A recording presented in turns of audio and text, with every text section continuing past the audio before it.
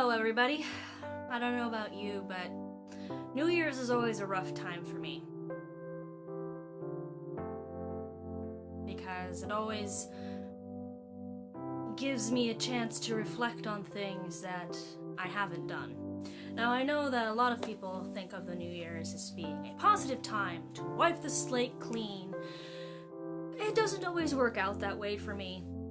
I tend to go through a little bit of seasonal depression, and New Year's always seems to bring to light to me everything that I didn't get done, that I always had big plans for the year, and somehow I didn't follow through for one reason or another. I mean, like last year, I wanted to end up doing more videos on YouTube, my music and whatnot. And while I did do a lot more videos than I normally did, they weren't nearly as regular or consistent as I wanted them to be. Again, this year I'm hoping to change that and do some more. One of the reasons why I'm staring down the lens of my camera and the internet and hopefully into your computer screens. And hopefully I'm not looking too weird by giving long, constant eye contact. Regardless, I tend to have a mixed feelings about New Year's, and this year is no different. In fact, the whole depression thing sort of hit me harder than it has in a long time.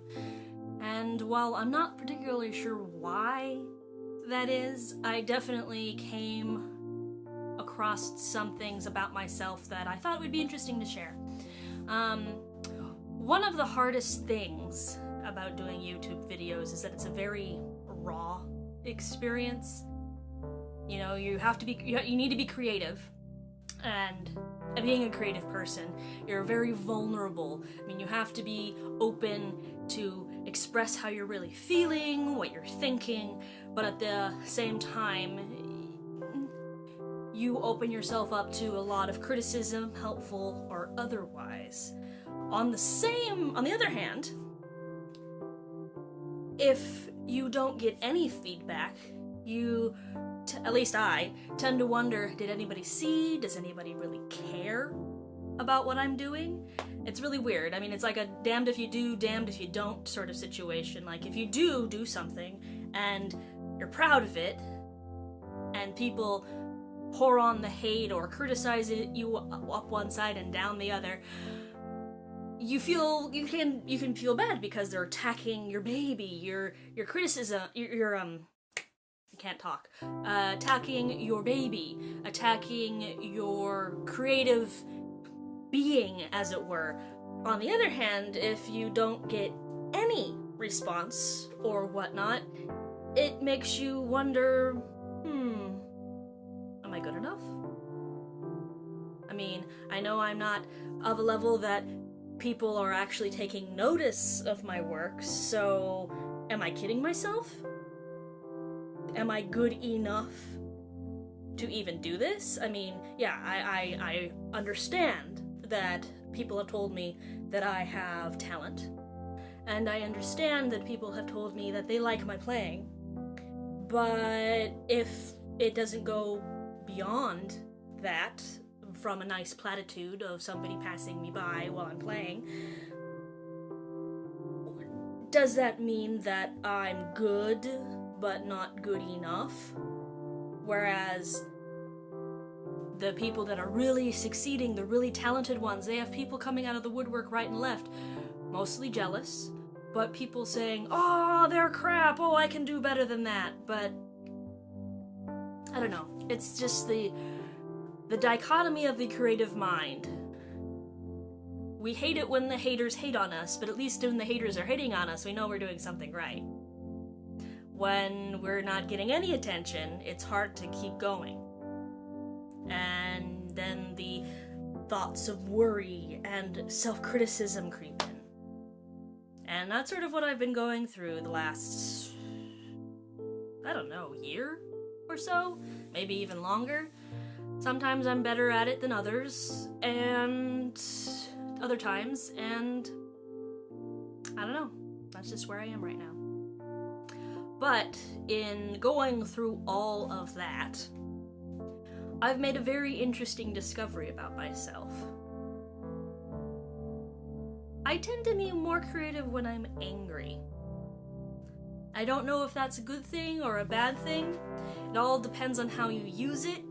I know I read the article not that long ago that Neil Gaiman wrote about how Terry Pratchett was mostly angry when he wrote all of his wonderful works, and he was able to channel it and use it well. Me, I get angry, and I get this idea that I need to talk about or do, but I don't like being angry because I can be a very aggressive and reactionary person when I'm angry, so I've trained myself to calm down and to think about things rationally. Oftentimes, though, when I do calm down, or I get out all of my information onto paper or onto the computer, and then I take a step back and then come back to it, the anger has abated, but so has the drive to create, which is really frustrating. Especially if you don't create enough, you're not going to be able to be seen, and then you won't be able to make the money to be able to live.